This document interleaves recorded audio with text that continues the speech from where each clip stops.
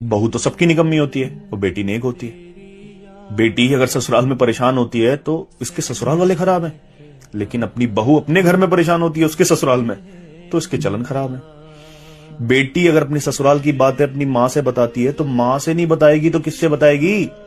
लेकिन जब बहू अपनी मां से बात कर ले तो आजकल की माएं घर तुलवा देती है। बेटी मैके आए तो स्वागत करो कि इसका घर है, जब चाहे जब आ सकती है। लेकिन अगर बहू अपने घर जाना चाहे तो अपना घर है, इसे संभालो। अब अपनी बेटी को परवाह करने वाला पति मिल जाए तो हीरे जैसा दामाद मिला है। लेकिन अगर अपना बेटा बहू की परवाह करने लगे तो मेरे बेटों को उंगलियों पर नचाती है। बेटी जब प्रेग्नेंट होती है कोई काम मत करना, चाहे काम हो या ना हो, और बहुते करने वाले।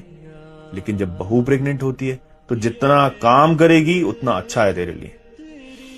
बेटी के गुनाहों को भी माफ कर दिया जाता है ये कहकर ये बच्ची है। और बहू की एक गलती को भी सारे जमाने को पता चलना चाहिए कि इसके मां बाप ने सिखाया क्या है। बेटी घर की रहमत होती है और बहू बोझ। हर मां चाहती है कि उसकी बेटी ससुराल में जाकर खुश रहे, तो फिर कुछ माएं ये क्यों भूल जाती हैं कि जो बहू होती है वो भी किसी की बेटी होती है। और फिर बेटी तो बेटी होती है, वो चाहे अपनी हो या पराई। तो अगर आप अपनी बेटी को किसी के घर रोता हुआ नहीं देख सकते तो दूसरों की बेटी को क्यों आंसुओं से रुलाते हैं। कभी सोचा है उन माँ बाप पर क्या बीतती होगी जिन्होंने विदा करते वक्त आपके लिए ये कहा हो कि बेटे वो भी माँ बाप हैं। और जो लोग खुद को अच्छा कहते हैं लेकिन सिर्फ अपनी बेटी अपनी औलाद के लिए अच्छे होते हैं, दूसरों की बेटी के लिए दुश्मन बने रहते हैं, उनके आंसुओं की वजह बने रहते हैं, तो फिर वो किस बात के अच्छे होते हैं। क्योंकि जो अच्छा होता है वो तो सबके लिए अच्छा होता है।